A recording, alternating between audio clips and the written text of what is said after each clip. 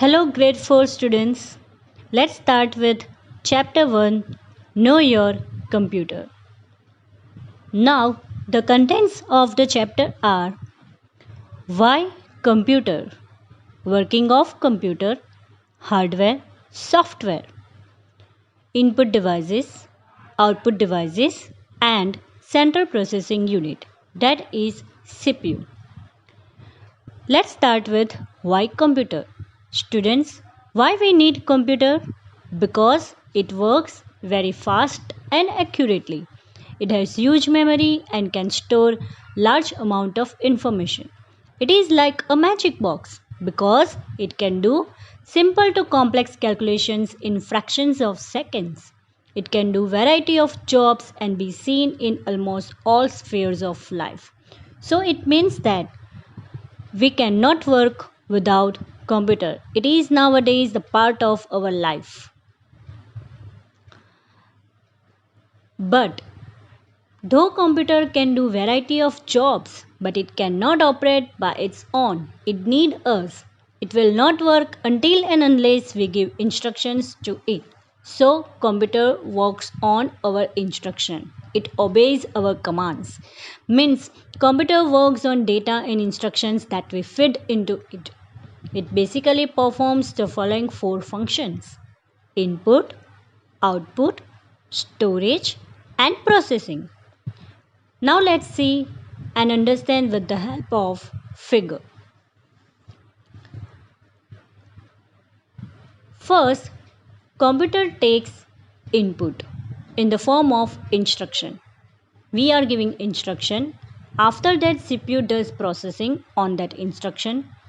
After processing the instruction, it gives us output. Now here the question is how to give input and how to get output.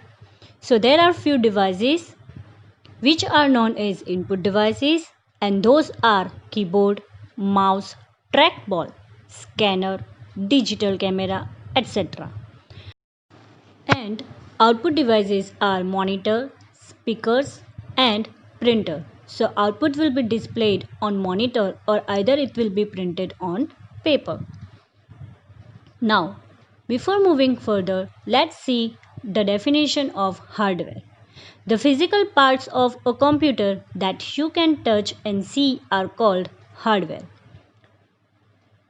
So what are the hardware? Monitor, keyboard, mouse, CPU, trackball, printer, scanner, digital camera, speakers. So all these are the devices that we can touch and see. So it becomes hardware. So keep in your mind that hardwares are the physical parts of a computer that you can touch and see. Now let's move ahead. See the definition of software. The set of programs that enables the hardware to work in a desired manner is called software. So software is nothing but the instruction that we are giving to the computer. And those softwares are Notepad, WordPad, Paint, MS Word, etc. So it means that both the hardware and software works together. They are interdependent. Means without software, computer hardware is of no use, and without software, you will not be able to perform any operation on the computer. So you require both hardware and software. Now let's move ahead. Let's understand what are peripheral devices. See, apart from keyboard, mouse, CPU and monitor, other additional devices that we are attaching to the computer to provide additional functionality are called peripheral devices. So these are not the main parts but the additional devices.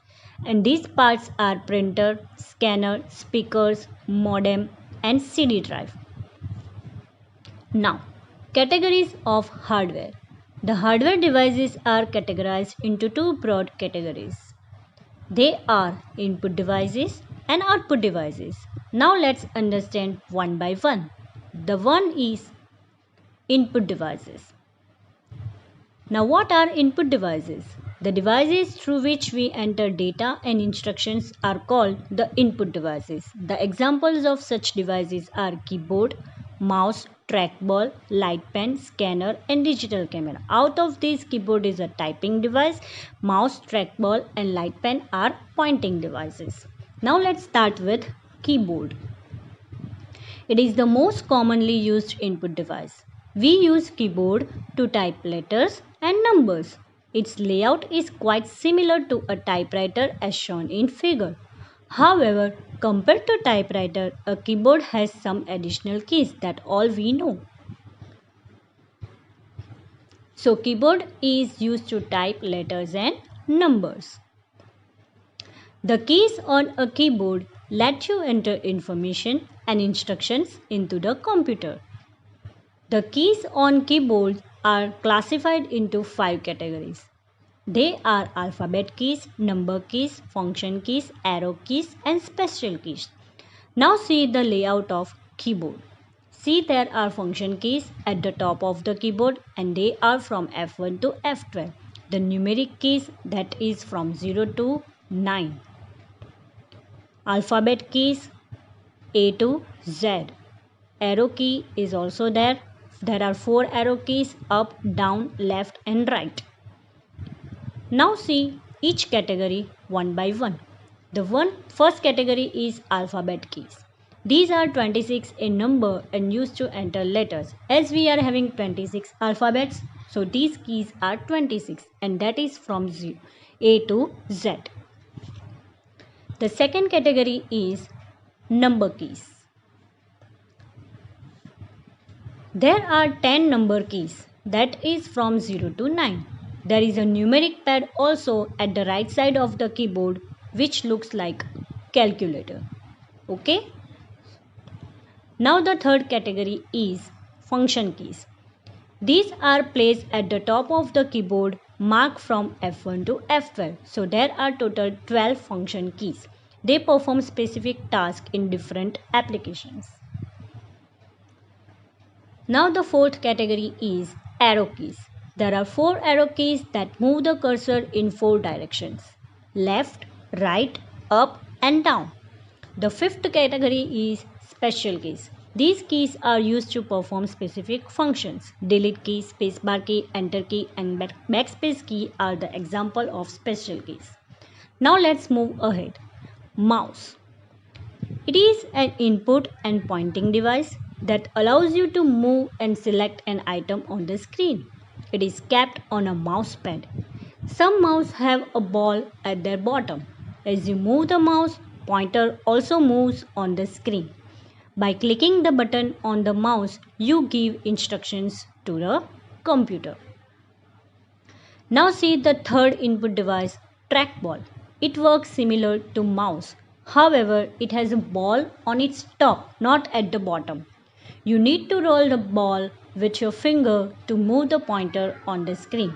So in trackball, ball is at the top, not at the bottom, and you need to roll the ball with your finger. Now let's move ahead. The fourth input device is scanner. It is a device that copies a picture or text printed on a paper into the computer in the form of image file. There are several types of scanners. Most of them looks like a flat tray with a glass pane and lid to cover it as shown in figure. In the middle portion you have to insert a picture or text printed on a paper. Now let's move ahead. The next input device is digital camera. Digital camera is like a normal camera that is used to click photos. But with digital camera, you can input photos in the computer. In this, photos are taken and stored in memory chip or memory card. After that, we can connect camera to the computer with the help of data cable and transfer the photos. We can also use card reader to transfer images. So digital camera stores the images in memory chip. Now let's see output devices. The definition is The devices that display the data that we input into the computer and also the results that we get after processing are called the output devices. Examples are monitor, speakers, and printer. Now let's see one by one. The first is monitor. It is the most common output device. It looks like a TV and has a screen to display the information. Whatever we type through the keyboard get displayed on the monitor. So monitor is the most common output device. Let's move ahead. Speakers. Speakers are used to play the sound files stored in a computer. That all we are very well aware. Next is printer. A printer produces output on a paper. It means it creates hard copies of the output. The most commonly used printers are dot matrix printer, inkjet printer, and laser printer. Now let's see each of them one by one. First is dot matrix printer. This printer works similar to a typewriter and prints by making dots on the paper to form an image. It is very noisy and expensive. You might have seen this printer in the bank.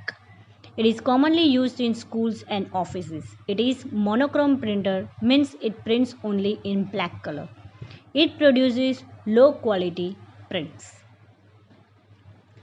Now the next type is inkjet printer. It prints the characters by spraying ink on the paper from a nozzle or a jet. It is ideal for routine business and personal documents. It can print in black and white as well as color. So it can print both black and white and color prints. It produces good quality output. Now the third type is laser printer. It uses laser beams to print. It is mostly used in publishing houses, that is newspaper, magazines, books, etc. It gives very high quality output. It works like a photocopier. The best printer is a laser printer. So there are three types that all we understand. The next is Central Processing Unit. C. CPU. It is the brain of the computer that processes all the instructions given to the computer. It does all the calculations and displays the result on the monitor. It also stores a lot of information. A CPU is made up of three main parts, and that are memory unit, control unit, and arithmetic and logic unit. Now let's see with the help of example. See, inside the CPU is divided into three parts that already we discussed.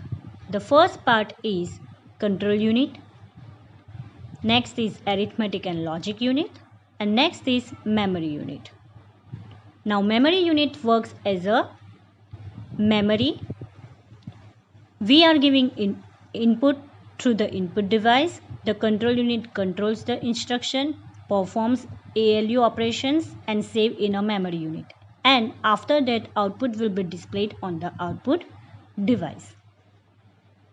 Now let's see what is memory unit. That is MU. It used to store data and instructions. It stores the intermediate results of the calculations and passes information to the other units of a computer when needed.